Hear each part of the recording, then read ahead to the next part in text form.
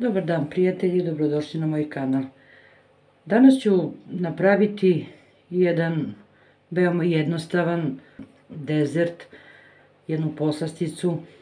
Kad nemam vremena, ja deci to napravim. Najobičniji puding. Skuvala sam puding od jagoda i puding od vanile. I sada ću sipati u čašice.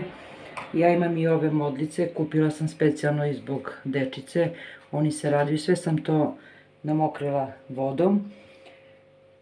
I sada sve ono što imate u kući, što vam deca vole, stavite. Keks, evo ja sam izlomila keks, malo sam iseckala čokoladu, znači to uvek maltene u kući ima. I brza poslastica, kad deca potraže, znači evo imaju jednu poslasticu. Stavimo ovako nekoliko komadića keksa, pa malo opet pudinga, pa onda puding od vanile prošaram.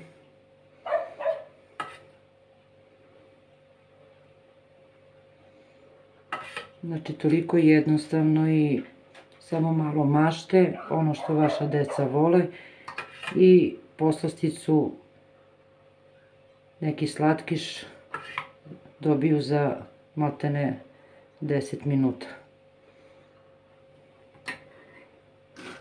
Znači opet može ovako malo keksa. Ja sam izabrala puding od jagoda i od vanile, znači može puding od čokolade, od karamele, od šta god želite i šta god vaša deca vole. A sada ću ovdje staviti malo komadiće čokolade.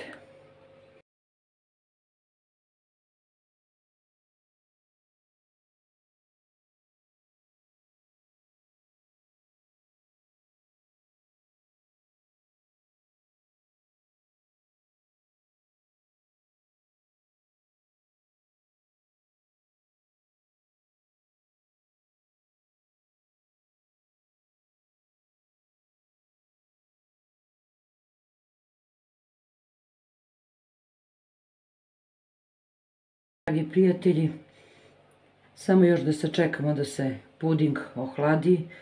Kad vam dečica potraže neku poslasticu, nemate vremena i evo, to je najbrži način, a sva deca, bar moja deca i moji unučići vole puding. Ja onda uzem tako nešto, smislim, na brzinski im napravim i dečica pojedu, budu zadovoljna, a normalno i mi odrasli. Sačekat ću sada da se puding ohladi, pa ću vam pokazati u ovim modlicama kako je interesantno, a to je njima mnogo interesantnije nego kad im sipam u činijicama. Evo, dragi prijatelji, jedan najbrži i najlakši način pripreme nekog dezerta ili poslastice za dečicu. To je bilo za danas, želim vam svako dobro.